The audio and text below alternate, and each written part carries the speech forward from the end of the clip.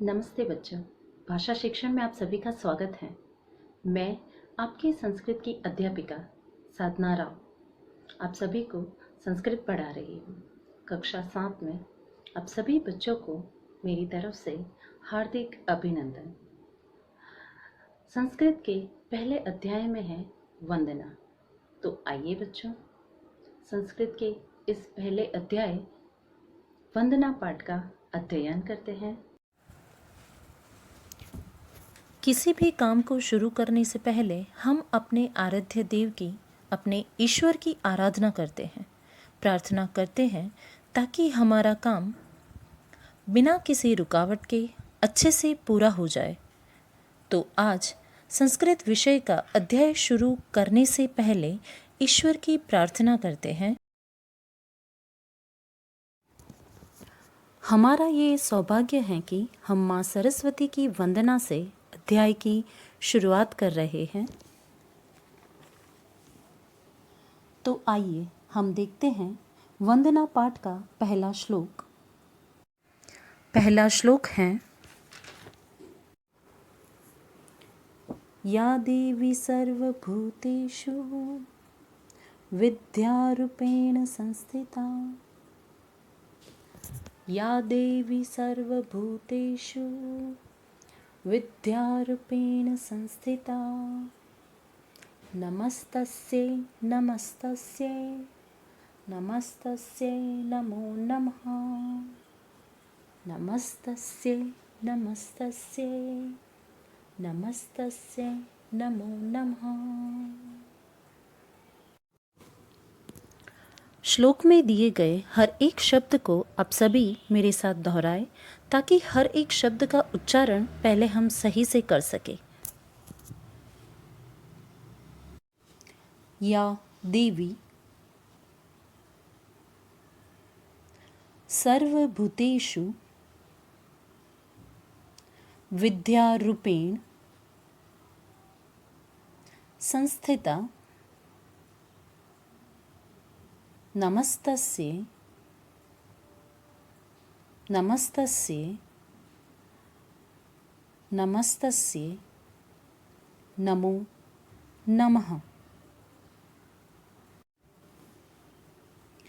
आइए बच्चों, अब हम इस श्लोक के हर एक शब्द का अर्थ समझें ताकि भावार्थ करने में हमें सरलता हो। या देवी माँ सरस्वती की स्तुति करते हुए कहा है, द गॉडेस सर्वभूतेषु, जो सभी प्राणियों में, इन ऑल एनिमल्स, विद्या रूपेण, विद्या के रूप में, in the form of learning, संस्थिता, जिसका अस्तित्व है, जो विराजमान है, एग्जिस्टिंग। नमस्तस्यै नमः अर्थात नमन, बोइंग, तस्य अर्थात हर, नमस्तस्यै बोइंग टू हर। नमो नमः अर्थात बारंबार प्रणाम, बोइंग अगेन एंड अगेन। भावार्थ, जो देवी सभी प्राणियों में विद्या के रूप में विराजमान हैं, उनको नमस्कार नमस्कार, बारंबार नमस्कार हैं। In English, bowing again and again to the goddess existing in the form of learning in all animals. बच्चों, अब हम संस्कृत भाषा रूपी माता को वंदन करेंगे, पर उससे पहले संस्कृत भाषा विषय में कुछ जानकारी प्राप्त कर लें। संस्कृत विश्व की सबसे प्राचीन भाषा है। संस्कृत समस्त भारतीय भाषाओं की जननी है। संस्कृत भाषाओं के व्याकरण को देखकर ही अन्य भाषाओं के व्याकरण विकसित हुए हैं। संस्कृत किसी भी भाषा के लिए एक अद्भुत खजाना है। हाथी के लिए ही संस्कृत में 100 से ज़्यादा शब्द हैं। क्या आपको पता है हाथी के बारे में कोई भी एक शब्द? जी हाँ, हस्ती, वनज, महामृग,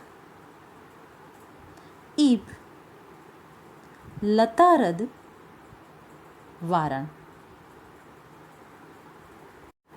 पर ये तो इसके कुछ ही उदाहरण हैं, तो है ना रोचक जानकारी।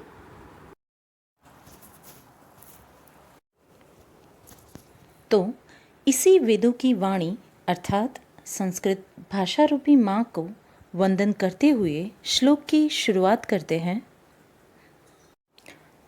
पठामि संस्कृतं नित्यं वदामि संस्कृतं सदा ध्यायामि संस्कृतं सम्यक् वन्दे संस्कृतमातरम्। पठामि संस्कृतं नित्यं वदामि संस्कृतं सदा ध्यायामि संस्कृतं सम्यक् वन्दे संस्कृतमातरम्। हर एक उच्चारण को आप भी साथ में दोहराइएगा। पठामि संस्कृतं नित्यं वदामि संस्कृतं सदा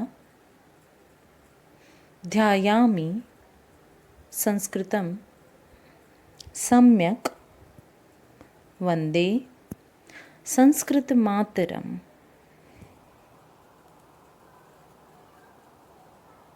अब देखते हैं इन्हीं सभी शब्दों का अर्थ। पठामि अर्थात पढ़ना, रीड और लर्न।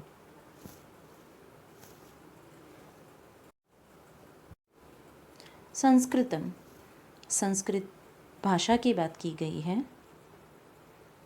नित्यम अर्थात सदा, हमेशा, ऑलवेज। वदामि अर्थात बोलना, स्पीक। ध्यायामि अर्थात ध्यान, चिंतन करना, मेडिटेट। सम्यक अर्थात अच्छी तरह, वेल। वंदे अर्थात नमन, बो। संस्कृत मातरम अर्थात माँ संस्कृत भाषा, द मदर संस्कृत लैंग्वेज।